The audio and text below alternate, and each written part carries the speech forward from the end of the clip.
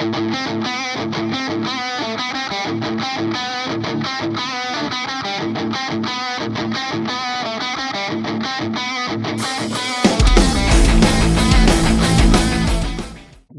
to AMP Rapid Fire. This is Assassin Mental Performance, where we build athletes who become incredible human beings. Talent might open the door, but leadership, accountability, and mindset determine how long you stay in the room. Today, I got a guy. Not going to believe this story. So I'm running the ice rink over at Memorial City and got a couple guys that I know. I think I've been there for a few years. And this kid shows up to play. He looks homeless. I'm like, how's this guy get the gear? He's got laces are barely held together. The gear's tattered. It looks like it's fallen off him. And then I'm just kind of looking at this guy, and turns out he's one of the best damn hockey players I've ever seen. I'm like, who is this guy? No idea who he was. And the thing about it is he wouldn't even look anybody in the eye. He just went out, went about his business, was a very, very good hockey player. So I remember I was at a face-off, and I wanted to say something about how he played. And I looked over, I remember saying, hey, I've got some laces if you need them. And he didn't even blink. Didn't even look at me, didn't even look up. So I want to say probably the next week, a very good friend of ours, Matt Yost, says, hey, remember that guy that's skating in men's league? I'm like, oh yeah, he's a good dude. He goes, we give him a job. It's one of those moments that you look back in your life that it's a true game changer. And they said, you know, he's got this, he's got that. I said, no, bring him on. If you vouch for him, I vouch for him. We hire him, and I get to know this man. He's an incredible human being, incredible hockey player, but just an incredible friend. He is someone who battled back from an addiction of heroin and alcoholism. And I didn't even know his story until we got close. And then I learned so much about him, and what an amazing friend. Now a father, a husband, a business owner, still an incredible hockey player. I bring to you Josh Steenburg. Wow, that that was my Michael Jordan moment. I finally got it. Told you it was coming, brother. Man, I thought I know we were talking about mental preparedness. I didn't know we were fighting back waterworks here. Brother, you earned Man. every bit of it. You're an incredible human being, and proud to call you my friend. Dude, proud to have you as a friend. Thanks for having me on, man. It's a pleasure. So Josh, eventually the role you play comes to an end, but the mindset you build stays with you forever. What does that mean to you? Yeah. So I think a lot of my role growing up was just hockey. I mean, from the time that I put on skates until the time my travel career ended, it was all hockey. So I kind of built it around that. And my mindset was focus, discipline, passion. And again, when all that came crashing to an end, unfortunately, so did my goals and future. I had no backup plan. And unfortunately, that brought me into that dark path of addiction. And I ended up into a full-blown heroin spiral. Yeah, unfortunately, whenever I got sober, that my mindset kind of still went from the hockey into sobriety, where it was the full-blown discipline. I mean, ultimately, it was surrender, right? I gave it all to it. And I'm sure as this conversation goes along, we'll be able to bridge it a little bit better. But yeah, I mean, no, that's great. I mean, yeah. it's heartfelt. The things that we share, and people don't understand. They think they see us as hockey guys who are big, strong, and tough, and nothing can beat us. But that's the furthest from the case. I mean, there's a lot that can get to us emotionally, mentally, and it's just a challenge to keep that mindset, especially in addiction. We both know that. And through your addiction, it opened my eyes to my addiction. And we can cover that a little bit later. So why don't you tell me about the path that led you to owning 2 homes, 3 beautiful women in your life, and everything a man could want? How did you get to where you are? Honestly, it's extremely humbling looking back at where I was in my life to where I am today. Even today's world, I still feel I am so underqualified and undeserving in the life I have. But ultimately, it started with that surrender, right? When I gave up my addiction and turned my life over to God, and really dedicated myself to recovery, sobriety. I mean, everything just kind of lined up perfectly, right? And I know mental is a huge part of it, but for me, it started with spiritual. So once I cleansed my spirit, I was able to clear my mind. Once I cleared my mind, I was able to kind of build a path of the life that I have today. And again, completely not by my own doing. This is all through God. But luckily, I was able to meet the woman of my dreams who I married on our rink. I think you actually skated her down the ice. I did. And yeah, like she reached out one day and was like, "Hey, do you want to take over an insurance agency?" And I knew nothing about insurance, but I knew that I loved her. And I think I went to your office that same day and I told you, I think I might be quitting soon. And, from there, it was just day in and day out of just, again, right? Just learning the business, staying consistent. It's sales, so just consistently talking to people, making friends, and obviously trying to bring as much education, commitment, determination, time as possible, and everything just kind of grew from there. No, that's awesome. Let me ask you, I love this question. What would it look like to spend a day in Josh Steenburg's head? Start to finish, bring it on, brother. Give me what you Well, got. first of all, I don't know if anybody wants to be that. So, honestly, I wake up every morning so grateful, so fortunate that I'm sober, right? That's always the first thing. I can't believe I made it another day. Thank you, God. Next, I'm typically woken up by my wife and kids who are much more active and loud than I've ever imagined. And yeah, we have breakfast, we do our morning routines, we drop them off at school, and then it really comes time to get to work. And that's where my attention kind of turns from family into clients, business, sales. Ultimately, I want to give the best service that I can to everybody we come in contact with. Like I've always said this from day one with any business that we've ran since we've opened up a couple. I don't plan on meeting new clients. I consider it's friends, right? Because it's so much easier to talk to friends and care for friends. And again, that's why I give everybody my cell phone. I stay up late. I work after hours. I think I've been on the phone with clients and friends at 2 a.m. binding things, and you're like, I can't believe you're still up right now. And again, that's just what I signed up for, right? I've completely spent so much of my time dedicated to doing drugs and destroying my friendships and relationships with myself that now I feel like it's my calling to kind of turn it back and give it friends, clients, family. And that's really where it is. Complete selfless now, except for my hockey. Like I still need my hockey. That's the one thing that I still have a hard time giving up.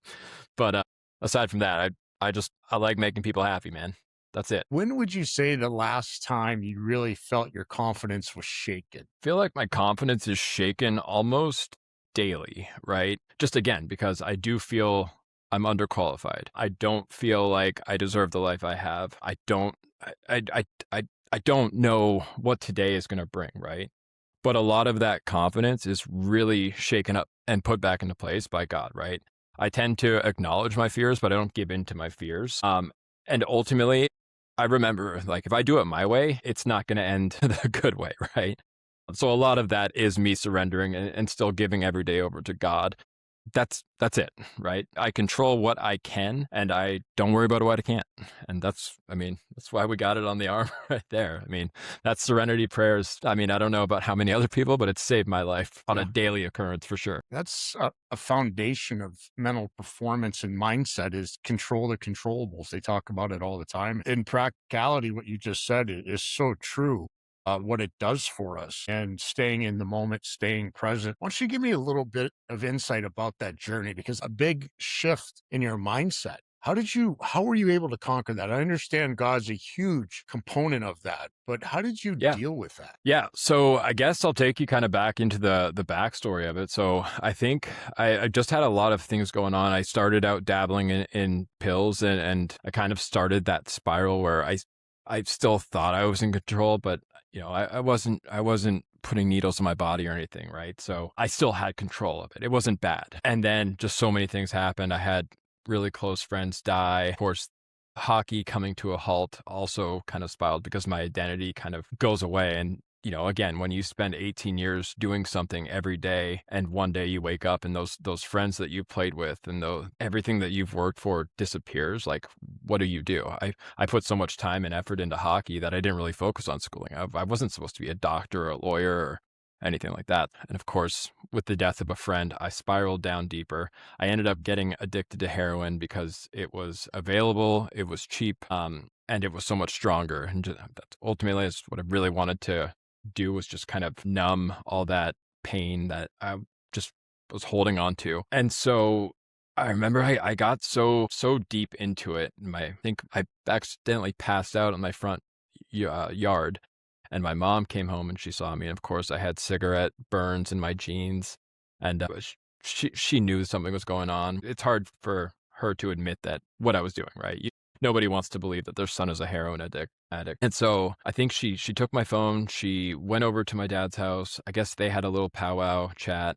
And when I woke up, I didn't know where anybody was. So I drove over to my dad's house just looking for something. I think I needed something from there anyway. And my mom was over there. They kind of told my brothers to go to our neighbor's house they were expecting. And they sat me down and they said, "Hey, what's going on?" I looked at them and I kind of knew that it was very apparent. Well, what do you want to know? My mom was so frustrated, crying, but still yelling. And she said, "Everything, tell me everything." And I rolled up my arms. I showed her all the track marks, all the dead veins and bruises. And she said, I told her, like, I am a full blown heroin addict, cannot stop. I, I can't do this anymore. And of course, everybody broke down. It was a very emotional moment. And again, my dad, who was always very calm and had a plan, he uh, he put me upset and said, "Hey, it's okay. We have a rehab sign up. If you want to go, we will take you. But just know that if you choose not to, this is the last time we're going to enable you, essentially."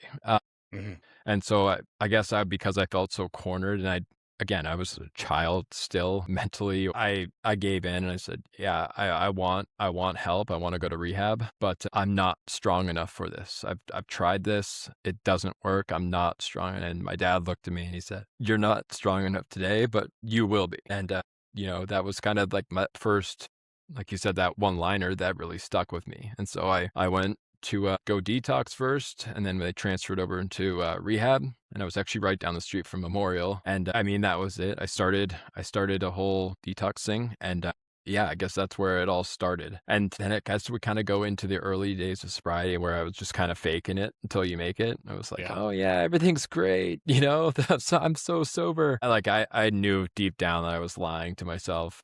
It was all for the wrong reasons. It was all for show. And then one day, I felt something heavy on me, and I was ready to go hop the fence. The gate was open, but I was I was gonna hop the fence and go. I think my salary from my job was still paying at the time, and I was gonna go get high. And I had this whole elaborate plan that, yeah, I'm gonna relapse as a part of recovery. And somebody told me, "Hey, why don't you pray about that?" And I said, "I don't know how to pray." She said, "You just talk to God.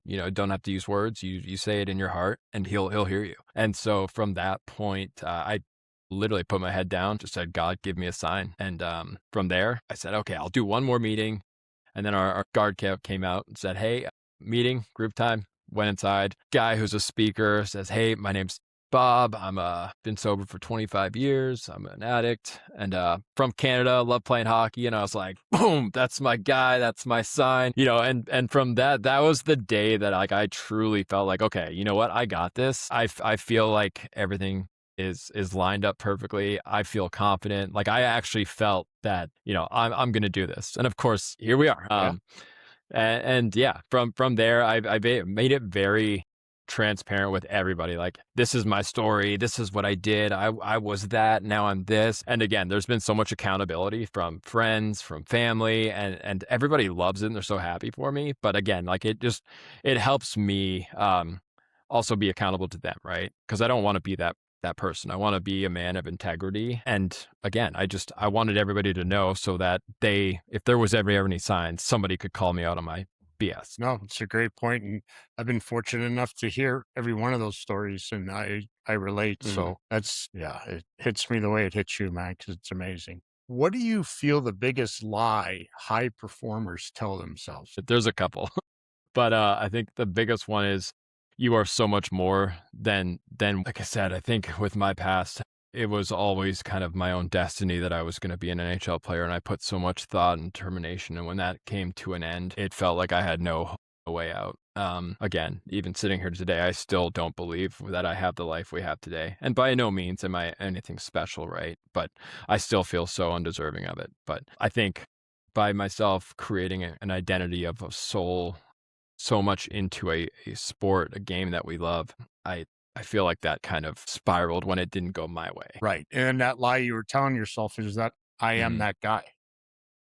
Mhm. I am that elite high performer. So, essentially you Yeah. lied to yourself. And it's interesting the way you said that because you have the imposter syndrome and you mentioned that.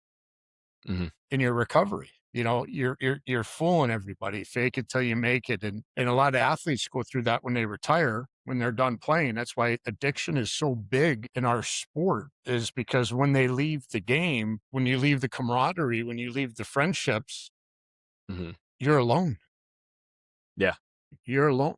And we substitute that with, like you said, numbing ourselves with alcohol and drugs. And it's so disheartening and so sad to hear the stories of so many athletes. Claude Lemieux. I mean, he was there Yeah. for the game in the playoffs with the torch. Nobody knew anything was wrong. I mean, there's countless other players that took their lives because they didn't know what to do or where to go. And that's Right. why it's great having you tie in your sobriety, your recovery into the mental side of what we talk about. Mhm. Because it's huge, because people avoid it. And I love what you said. You're fully accountable for your story. I have never heard you run from your story ever. Mm. You own it. You talk to people about it, which is amazing. And I respect the hell out of you for that. Since day one, you've always been that way. So, what do you feel separates the elite from everybody else?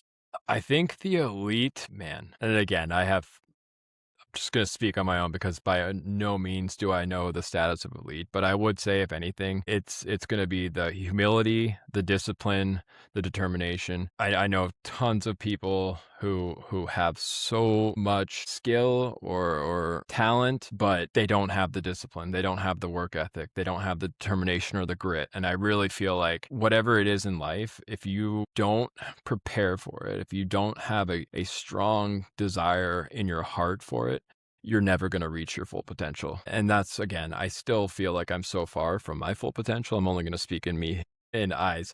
But again, right, it's all about working on that craft. I think they said you have to do something 10,000 hours for you to be a master at it. And most people don't scratch the surface. And again, right, I feel like that's really the biggest difference between elite and everybody else. So basically, when you look at an athlete, a successful athlete, there's evidence leading to the path of success, whether it be the last one to leave, first one in, last one out. Do you feel in order to have confidence, there needs to be a trail of evidence? I don't know personally. I mean, I feel like confidence, and I guess I might be confusing confidence with cockiness Mhm. because anybody can have cockiness because that's, but yeah, for confidence, I feel like confidence can carry the trail of the evidence showing up early, staying late, but also do I think confidence really comes with the humilities as well, Mhm. right? I know plenty of confident men who are very successful in their craft, women too, and most of them honestly gain more confidence from their failures, right? And that's kind of where, again, it's you can gain confidence from your work ethic and your past and your skills and your talents and work on it, but I feel like you do gain a lot more confidence from the things that you fail in life and you don't give up, right? That's an So excellent point. Where do you see the difference between arrogance and confidence? So arrogance and confidence, I feel like arrogance is just all talk, right? There's no proof. There's no trail of anything, right? It's the person who loves to gloat. It's me when I was day 2 or day 3 of getting sober. Like, "Oh, I got this, sobriety's awesome." But confidence really comes when you feel that in your gut and you know for sure that like, "You know what? I got this. I know that I'm not in control, but I know that I have a good group of people and I mean, for me in sobriety, it was I have God, right? I just felt, it's a completely different feeling. And the thing is nobody knows and nobody has to know, but I know, and that's the one person you can't lie to is yourself, right? And I think at the end of the day, that's the only person that really needed to know, right? If confidence, arrogance, I mean, I'll take confidence every day. Of course, absolutely. When pressure's the highest, what do you focus on when everything's going south? What's your point of focus? When everything starts going sideways or down, I really focus on just doing one thing at a time. And again, right, we'll start that with sobriety, right? It was always one day at a time, right? I might not be able to stay sober for 1 year, but I can get through today. And then tomorrow, I can get through tomorrow. And I've really taken that into everything I do in my life today. If numbers are down in sales, I focus on, you know what? I'm going to do something today. I'm not going to worry about tomorrow or the end of the month. I'm going to hit something today and I'm going to better myself tomorrow. And that's really been my go-to with everything I do. As long as I can get through today, just little wins, little victories, ultimately you win the war. Yep. What advice do you believe is out there for the young athlete as far as ways to improve their skill? But for starters, I'll tell you what one thing that I would advise for anybody to do, and that's one, have fun, right? The things we do, if you're not having a fun or if you're not loving what you're doing, don't do it, right? Ultimately, that's what brought me back to Memorial. I quit my job at Nordstrom, I think 3 months into sobriety, and I went to Matt Yost, and I was like, "Hey, funny question. You guys hiring? Like, I hate my job. I was making great money, but I hated my job." And he was like, "I think I might be able to get you in." And again, right? That was my mindset. I was, you know what? I'm not buying heroin anymore or any drugs. I don't need money right now. I just want to have fun. And again, I never expected everything to happen from that moment, but from there, I got a job. I was driving the Zam again. I was with my friends. And then I got to play hockey. And then from there, it picked up on lessons, right? And then I started making a little bit more money. And then from there, we got into reffing and scorekeeping. And I mean, everything works out in the end if you just have fun and love what you do, right? I mean, again, everything I do in life, I love it, man. I truly do. Yeah, I wouldn't ask for another thing. I know how I would answer this question, but I'd like to hear it from you. Are you ever sorry or regret the fact that you were an addict? I've asked myself this question so many times throughout this entire journey. And again, I think people kind of always expect the answer to be yes. I'm sorry for the things that I've done in my life and the friendships that I've kind of ruined and the peoples that we've crossed.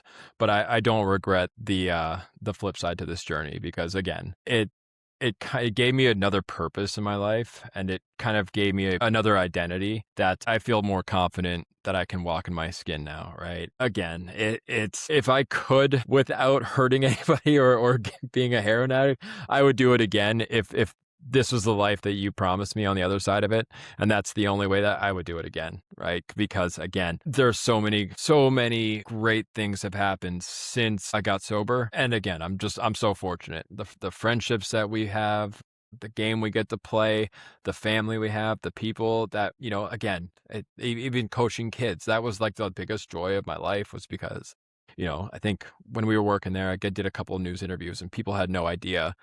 And again, right, I'm an open book when it comes to talking to people about, my sobriety, but I don't talk to my students while I'm coaching. Like, by Right. the way, Yeah. but for parents to like see those videos and say like, "Oh my God, dude, we saw the thing. That's amazing." Like, you're like a role model for our son and shape them. And if I had kids go and play like junior A up in Minnesota and everything like that. And that was like the coolest thing because like I've had students that played at a higher level hockey than I ever have, right? Which is so messed up, but it's a really cool, grateful, humbling experience that, I could do all of that in my life and still have kids look up to me and still have parents appreciate me and respect me. And that's the one thing that I feel like I struggled with so much is like I always felt like I needed to earn recognition or earn appreciation in some way, shape, or form. And now it's just being given, right? And again, I think a lot of that just comes from just trying to be a better person and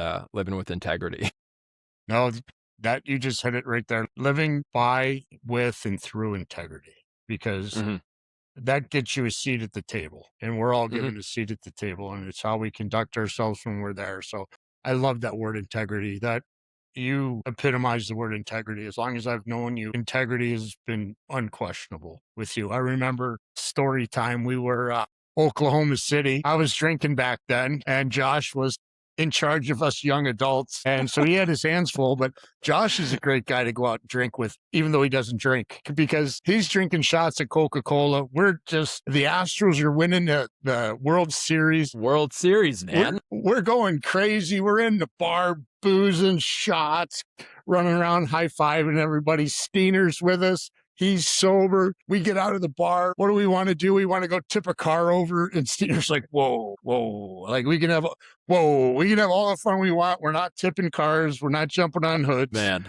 Like I'm in charge of you guys right now. So But I mean, just the fact that, like, that's the thing people don't understand. Just because you're sober doesn't mean your life's over. Like, think about No. the fun that we have and the jokes that we make and the lives that we get to live. And, this whole discussion is a mind melt of sobriety and performance because to Yeah. be sober, the hardest part, and you can answer this question, I believe the hardest part isn't getting sober, it's staying sober. I'll throw the quick story in. I went to the park. Josh did some time at rehab at the park. It's right down from Memorial City, which you mentioned.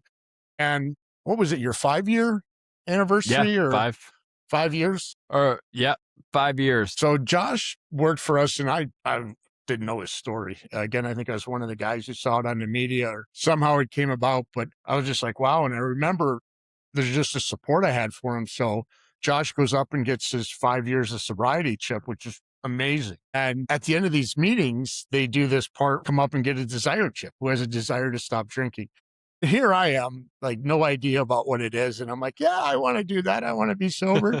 And trust me, I had a bad alcohol problem. I mean, I was a terrible drunk.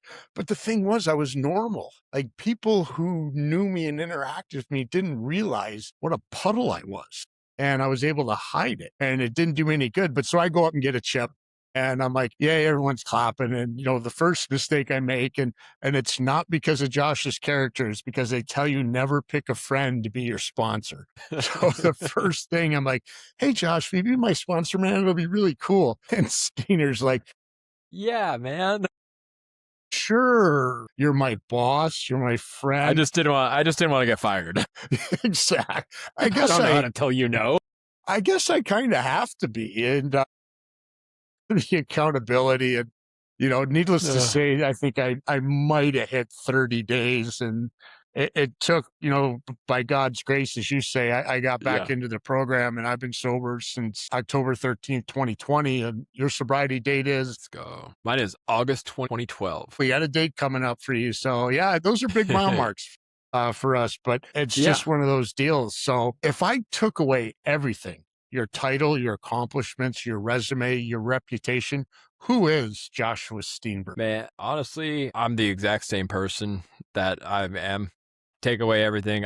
I don't need materialistic things. Like, again, because I've kind of reshaped everything in sobriety, I'm 100% confident in my skin. Again, I don't need 2 businesses. I don't need fancy trophies. I mean, again, I want to play hockey. Give me that. But if you take everything else away, I'm a husband. I'm a father. I'm just a guy who wants to do better, wants to help people, wants to make people laugh, have a good time. I just want to have fun, man. Yeah. That's at the end of No, the day. no, that's perfect. I love it. I mean, it's just like, as long as you didn't say girls just want to have fun, I'd have to be like, "Yeah, Yeah, gonna cut you right out of the show at this point." we can put the song on if you want. Well, we're not going to do that on this show. But I think one of the things I want to really make note of is you and I are fairly well known that, and again, a lot of people don't know our stories. I go into referees' rooms, and over the time, it's my career in the American League and as an Mhm, official, guys have gotten to understand because they'll say, would you like a beer? And I'm like, I'm good. And they respect that. And I'm sure you've had that come mhm. across where someone offers you a beer and you're like, no, I'm good. And Yeah, the thing is that people don't, what they need to realize is, first of all, you don't need alcohol to have a good time. If you can't control yourself, if you don't know how much you're going to take or when it's going to end, you might have a problem there. And you're the only person that could pronounce yourself an alcoholic. It's not based on other people. You may have the behaviors, but I guess the story oh that yeah, I want out there for the audience to take into account is we're just normal guys. I mean, Josh and I talk often, and it's not about staying sober. I mean, it's just we talk about life, right? yeah, Just yeah. what's going on in our daily lives, what he's doing with his daughters, how his business is going. It's just, we're just normal people. And we just happen not to be able to drink. And I'll add to that too, because yeah, we do have those talks, but again, we don't talk about sobriety directly, but we're there to encourage people, right? We're Hmm. there to vent off any stress we may have. We're there to make your day a little bit better. I mean, that's really what I feel like life is kind of shaped around to is I don't want it to be about me as much as I would anymore. I want to help bring people up. I want to make sure you're okay. There's that whole that it is okay to not be okay. And if you do need to talk or get it out, because yeah, there is a lot of pressure and a lot of people, I mean, I think whether it's pride or humility, they don't know how to just take a breath and get it off. A lot of people, myself included, end up compressing that, numbing it. Again, that's ultimately the path that leads to. So I feel like by being an open book, by talking, by sharing your days, your experiences, seeing how you can help, can I bless anybody else? That helps keep me sober, right? And so again, I think that's why they always say that there's 12 steps in the AA book, because it's clockwork, right? It's not designed to stop at 12. You start it back over again, you keep doing it. Yeah, I think that's ultimately where it comes down to. But yeah, we're normal people. Believe it or not, we're normal. Trust me. Finish this sentence for me, Josh. Someone has a killer mindset when they obviously have a killer mindset. You can't answer a question with a statement like that. What gives them the killer mindset? How do you get a killer mindset? How do you possess a killer mindset? Honestly, I think you have to think bigger than yourself, right? You have to be willing to put the work in. You have to be open to any criticisms. You have to keep your mind sharp. You have to be humble. I guess that would be the best answer to it. You have to be willing to understand that there is so much more bigger than you out there, and somebody's going to be better than you and have better advice for you, right? So don't bulk your chest up and fight that, take it as life lessons, bring it in. And, if you do fail, get back up and go again. You'll never lose if you don't give up. Exactly. So if we had a young Right. athlete or anyone listening to the show today that's struggling with confidence, pressure, mistakes, or even alcoholism or addiction, I mean, what advice would you give them? Call Carl. My number is 713-299-7327. I'm the same way as Josh. I welcome people Bam! getting a hold of me. There it is. No, and that's what I would say, right? It's always great to reach out to people that have been where they want to go, right? Again, me coming into insurance, I didn't know anything about it. So what did I do? I started hanging out with people that did it, and it was horrible. But we did it, right? I think there's a saying, and you'll never, man, I'm going to butcher it, but it's like, you'll never soar with the eagles if you're burrowing with the chickens or something like that. Yeah, peacocks. You might know it better than pigeons. I. Yeah. Whatever. I got the gist of that one. Yeah. So, I mean, if you want to be like somebody, go hang out with that person. You That's are it. who you hang out with. Yes.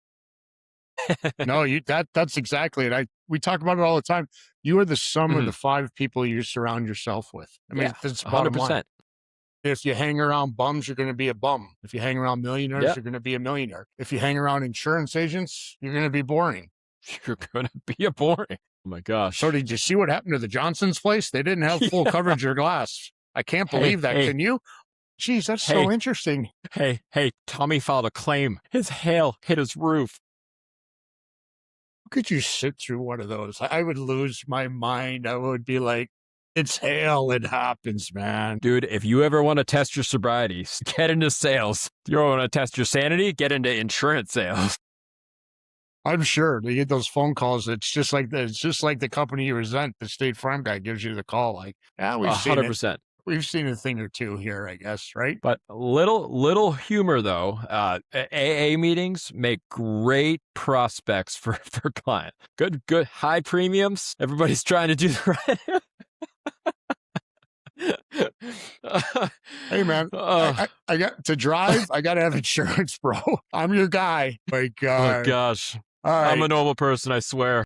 Exactly. I'm going to leave most of this stuff in because it's just like babbling pricelessness. I hope this video gets like 1 million views and I get canceled in the insurance world. That guy was trying to sell insurance to alcoholics. Do you believe that, honey? Just everybody kidding. wants to. Caveat. Everybody wants to know the secret. There it is. There it is. Cat's out of the bag. Yeah. Next thing you know, if it's a closed meeting of Alcoholics Anonymous, unless you're one of us, you can't go to the meeting. Exactly.